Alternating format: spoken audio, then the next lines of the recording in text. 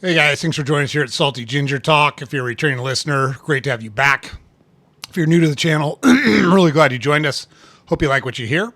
Our podcast is for people that want to learn something new or make themselves a little bit better every day. So in today's episode, we're going to share our 30 plus years of marriage experience with you and give you 5 tips on how to disagree with your spouse without turning it into a fight. So we're very fortunate to have been married to an outstanding lady for almost 32 years. And although not everything is rainbows and unicorns and you don't always hold hands and skip down the primrose path, there are certainly ways in which you can work through the times when you disagree that are productive instead of destructive. And that's really what you should be aiming to do. And so we're going to give you 5 tips on how to do that. And as a bonus, we're going to share 3 phrases that you should avoid at all costs if you want to have a productive and useful conversation with your spouse when you disagree on a subject or a topic, regardless of who's right or who's wrong. And we can tell you that in 30 plus years, there have been hundreds of incidences where we disagreed on something and we both probably shared the blame. And there have been instances where I have been 100% right. Maybe 3 of those instances. Just kidding. But seriously, there have been instances where sometimes people just wind up in bad situations or make bad judgments and they need some grace. I can tell you that from my perspective, I have been wrong in those situations where it's been almost entirely my fault, much, much more than my wife. Now, she's a very emotionally intelligent, high IQ person, and so I've learned a lot from her, being with her and married to her over this period of time. But I also am committed to the relationship, and I want to treat her with respect, and I want her to be comfortable around me, talking to me about what her problems are. And I've helped her with a lot of things because I'm very level-headed, very left-brained, and I don't panic. And she has a lot of anxiety, so we complement each other really well. But it's because we learn to communicate with each other in ways that are productive.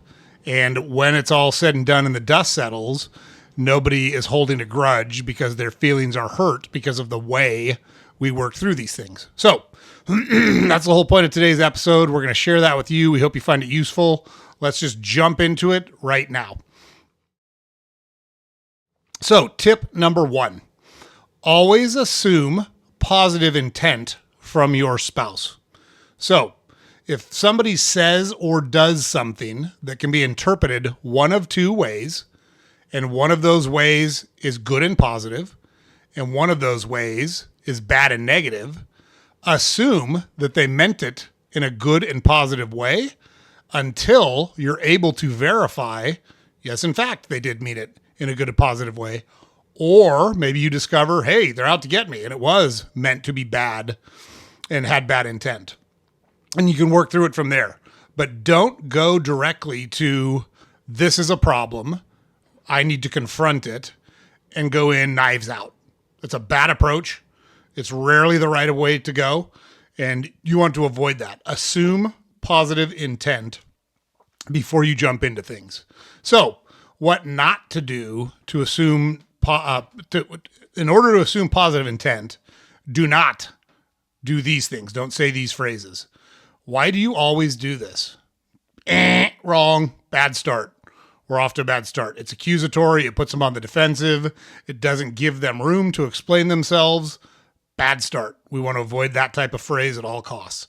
And we're going to talk about global statements further on in the episode, but a global statement, always, never, those are rarely the right approach if you want to have a productive conversation because they are very kind of final and feel like an ultimatum, and you want to avoid that.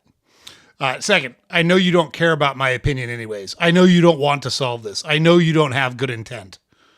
Wrong. We won't do that either. Bad way to go. Instead, you can say, look, I know you're not trying to upset me or bother me, but I'd love to share with you what I'm thinking right now. I'd love to share with you why this bothers me. I know you don't mean it, but here's what I want to talk about. That's a great way to approach a subject because it leaves it open for a discussion. It's not accusatory. You're not saying they are responsible. You're not saying they did something wrong. You're saying, hey, I'm feeling the way I'm feeling. I want to talk to you about it. Next, another way. I believe we both want the best outcome. Let's figure this out together. Some version of that. We both want the same thing. We want to work through this. Let's work through it together. That's a great way to go. It works because it starts the conversation on a cooperative note instead of putting you on opposite sides and creating an adversarial conversation. So that's the way you want to go about it. Assume positive intent. Do not use those first couple of phrases we talked about. Use some version of the next two phrases we talked about. That's a good start. Okay, number 2, use I statements instead of blaming.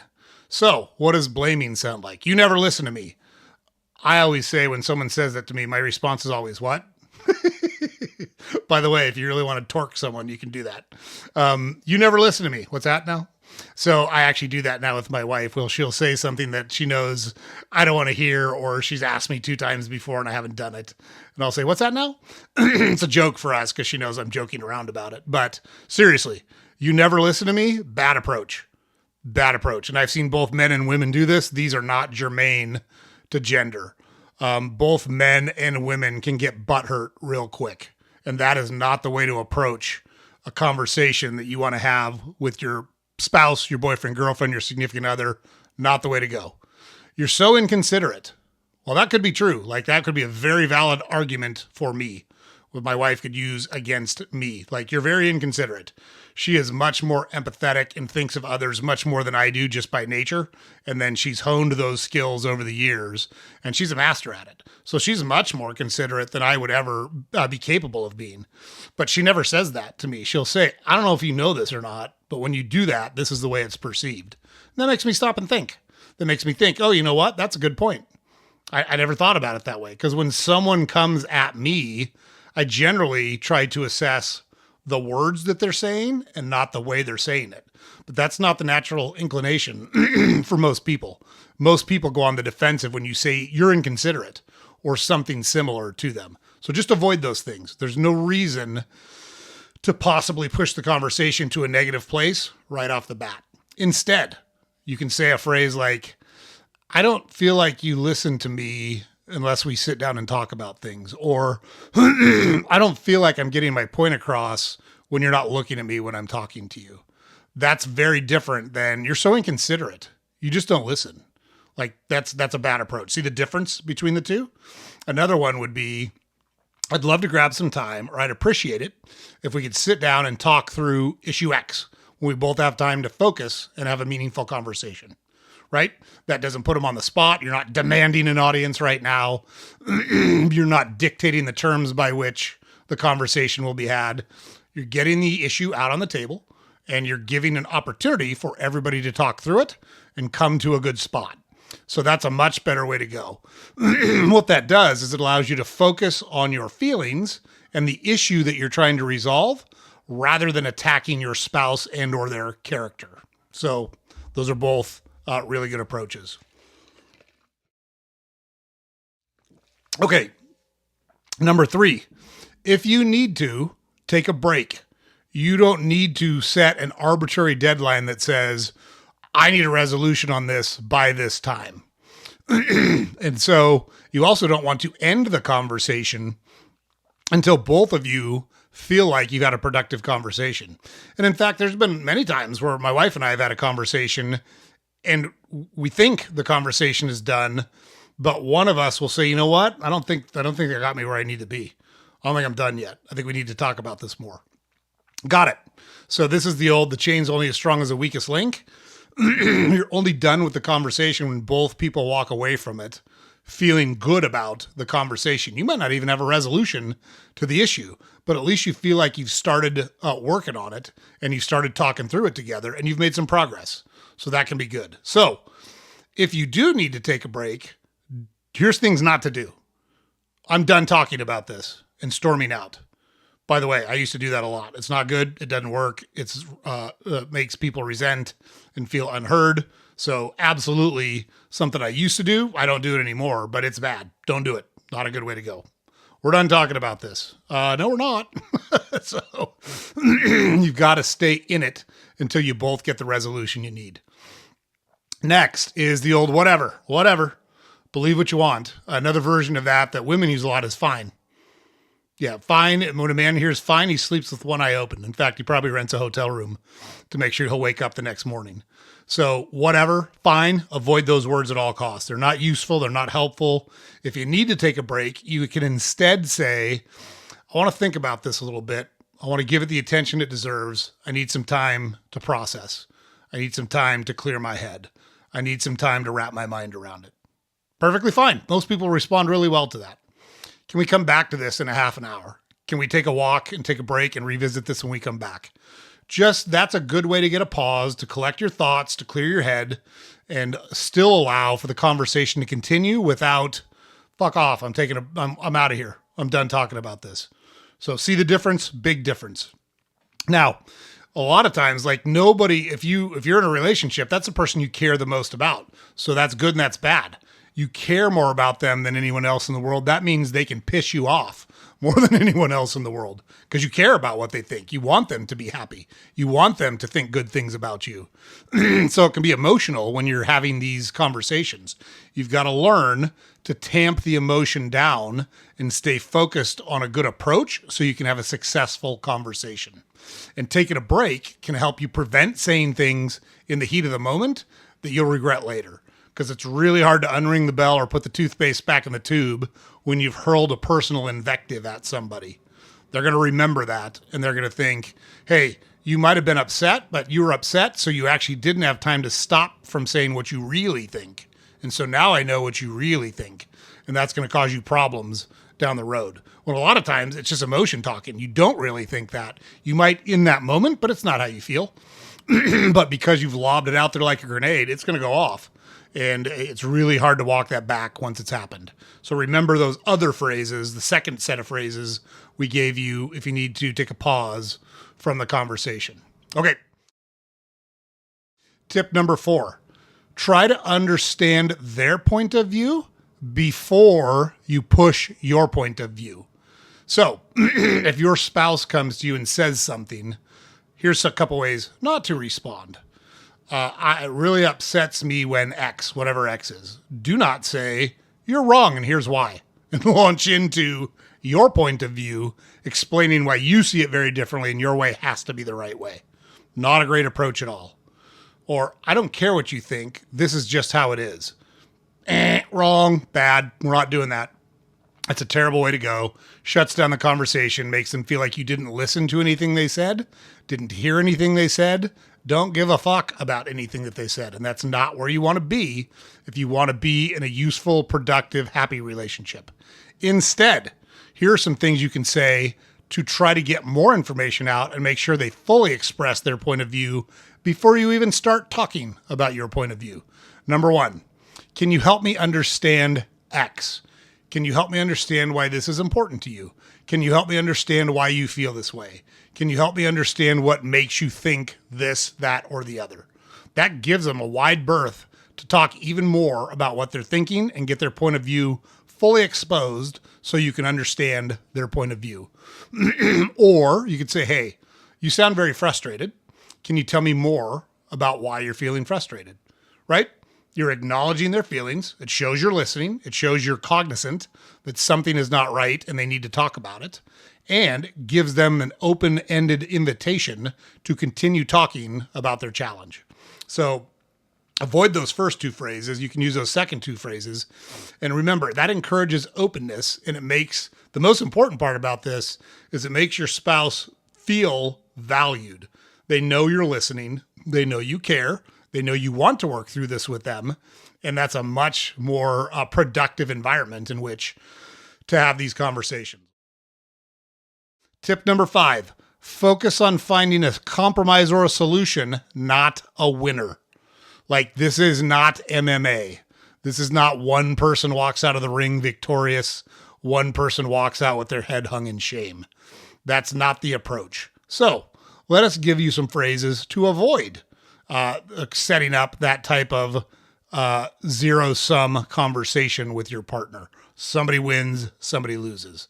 I won't back down. This is the only way. I know it sounds crazy, but when we get excited and we get heated, a lot of us will try to stake out a position and defend that position instead of looking for a solution. Or I guess you win. I guess it's always your way. I'm guilty of that one. I've said that one before, and it's not productive. It's not useful. You're not happy, and you're not really giving your spouse a chance to continue to work through it with you because you're being defensive and putting up barriers for additional conversation. So instead of those types of phrases, here's phrases you could use. What's a solution that could work for both of us? How do we make this work? What's going to get us to a spot where both of us are happy? That's a great way to approach it. How could we meet in the middle on this? You give a little, I give a little, whatever the case may be. But those are open-ended suggestions that suggest I am very open to coming to a solution with this, on this with you. And I want to continue this conversation until we do that. It works because it strengthens the teamwork and the bond between you, and it de-escalates competition, and it stops people from staking out positions and keeps them focused on solutions. So those are the 5 tips. Now, we'll give you 3 phrases that you never want to use. And again, we don't say global statements in general, so we rarely make global statements. But we'll make this one. Don't ever use these phrases. They're not useful when you're having a conversation with your spouse. The first one, and us men are famous for it, calm down. You want to send someone the opposite direction of calm? Tell them to calm down. Like, it is the the least useful phrase that exists in those situations. So instead, you can say, look, I get that this is important to you. Let's just take a breath and work through this together. Let's figure it out. That's way better than calm down. Calm down. Good luck. Good luck to you. Nice knowing you. Calm down is going to send this thing nuclear, and you don't want to go that way. Stay away from it. Number 2, global statements. Always, never. So those are rarely true. All of us die. That's a true global statement. All of us have to pay taxes. That's a true global statement. That's about all of the global statements that are actually correct. We use a soccer analogy because we coached a lot of soccer.